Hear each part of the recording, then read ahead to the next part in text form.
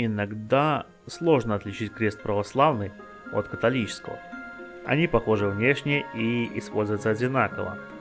Однако все хотят уметь правильно выбрать и использовать христианский крест, чтобы в дальнейшем не ловить косые взгляды от людей, которые более сведущи в вопросе. И этому легко научиться. Нужно лишь знать три фундаментальных отличия католического креста от православного. Православные и католические кресты сильно отличаются по форме, однако с ней есть некоторые сложности.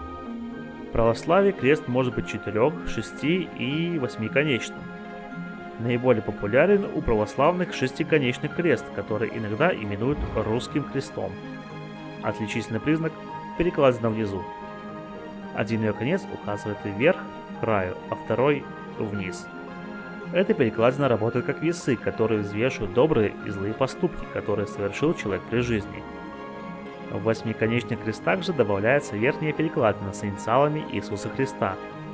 Эта форма соответствует форме того креста, на котором распяли Иисуса.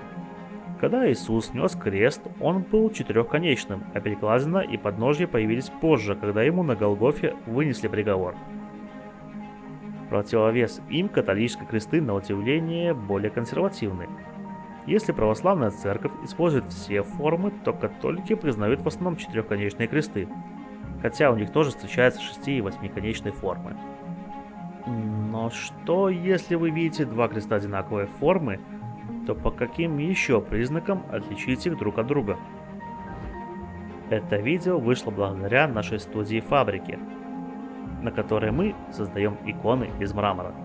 Такой подарок никто не сможет скопировать и его запомнит надолго.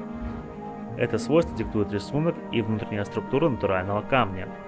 Камень прочен, не стареет, не боится влажности, высоких температур и прямых солнечных лучей.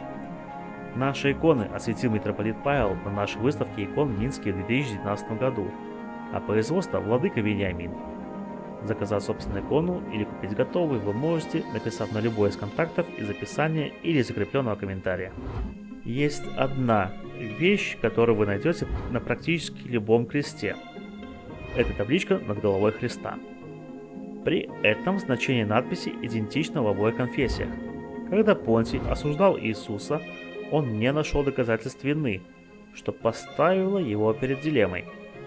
Понтий Пилат должен был описать на табличке проступок Иисуса, того требовал закон. Но так как он этого сделать не мог, то ему пришлось написать «Иисус из Назарета, царь иудейский». Что примечательно, эта надпись появилась уже после распятия Христа, о чем нам говорит Евангелие от Иоанна. Что касается нашего времени, то на православных крестах эту надпись пишут по-славянски ИНЦИ, тогда как на католических используют латынь ИНРИ. Еще на православном кресте иногда гравируют надпись «Спаси и сохрани». Также на кресты наносят и другие надписи, но непосредственно к отличиям крестов двух конфессий они не относятся. Однако относится то, как Иисуса изображают на крестах. На католическом кресте вы видите страдания. На теле Иисуса Христа вам показывают раны, льющуюся кровь, оскорбительный терновый венец, опущенную голову и закрытые глаза. Ладони Христос сжимает в кулаках, а его ноги скрестили и перегвоздили на судилище. Такое изображение несет с собой простой и понятный смысл. Это напоминание христианам о том, на какие жертвы пошел Иисус ради искупления людских грехов. Православный крест же несет с собой иной смысл. Иисус изображается не страдающим физически, а скорее торжественным. Воспевается победа духа над плотью, победа жизни над смертью. Так ладони Иисус разворачивает к людям в обнимающем жесте. При этом ноги не скрещены и прибиты двумя гвоздями. Отсюда происходит спор насчет количества гвоздей. Так, 3 гвоздя с креста католиков сейчас хранятся в Ватикане, в то время как православные считают, что гвоздей должно быть 4. Но так ли важны эти отличия? Преподобный Феодор Студит писал, что крест в всякой форме есть истинный крест. Ни одна из конфессий не считает форму креста чем-то важным, ибо форма креста менялась на протяжении веков.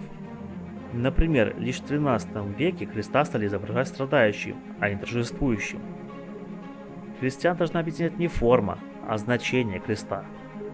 До событий Святого Писания крест был орудием пыток, причем весьма жестоких. Но после жертвы Христа распятие стало символом искупления и веры. О необходимости и значении этого говорится в Евангелии от Матфея. «Кто не берет креста своего, следует за мной, тот недостоин меня». Теперь вы знаете немного больше. Покупайте наши иконы. На этом все. Всем всего.